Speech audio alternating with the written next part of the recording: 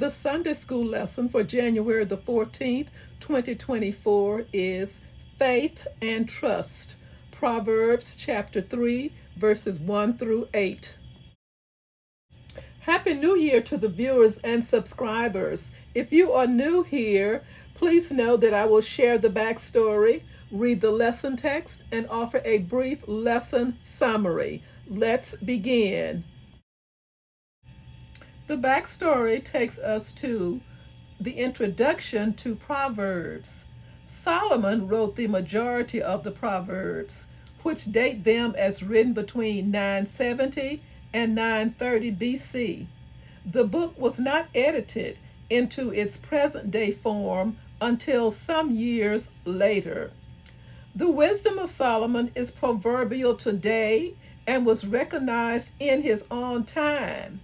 His wisdom was broad and practical, encompassing both religious and secular knowledge. This genre is characterized by sayings intended to teach about God, good behavior, nature, and reality.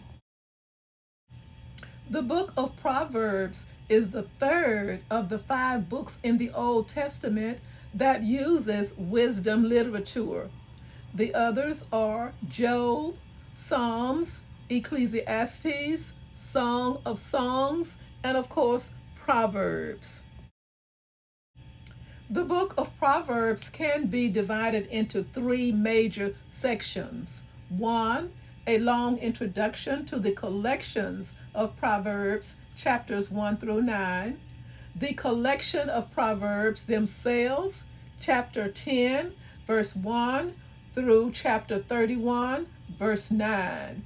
And an acrostic conclusion, chapter 31, verses 10 through 31. The book of Proverbs has 6 collections. 1, Proverbs of Solomon. 2, Words of the Wise. 3, More Words of the Wise. 4, More Proverbs of Solomon. 5, Words of Agur. 6, Words of King Lemuel. Verses 1 through 3. My son, do not forget my teaching, but keep my commands in your heart, for they will prolong your life many years and bring you peace and prosperity.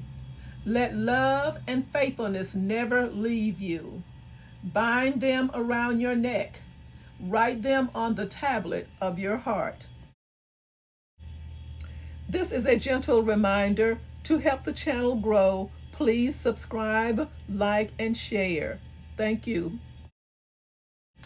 Verses 4 through 6. Then you will win favor and a good name in the sight of God and man. Trust in the Lord with all your heart, and lean not on your own understanding. In all your ways submit to him, and he will make your paths straight.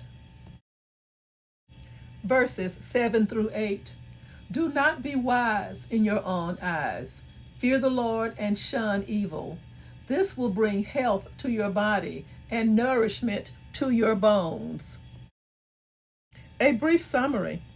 Most education in ancient Israel occurred in a homeschooling context.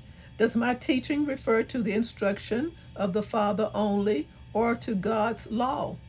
Since God's laws are firmly in the Father's mind, it seems best to view the teaching as being from God.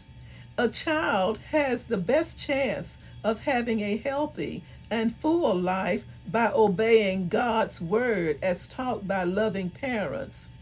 Rebellious people are often described as being stiff-necked, Acts chapter 7, verse 51, and having hardened hearts, Matthew 19 and 8.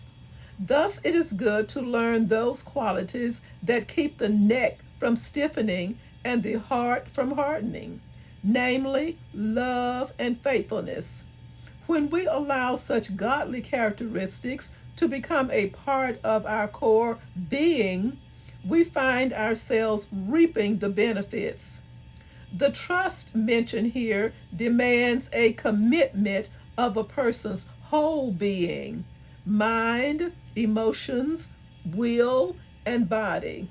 We get into trouble when we trust in our own resources and abilities.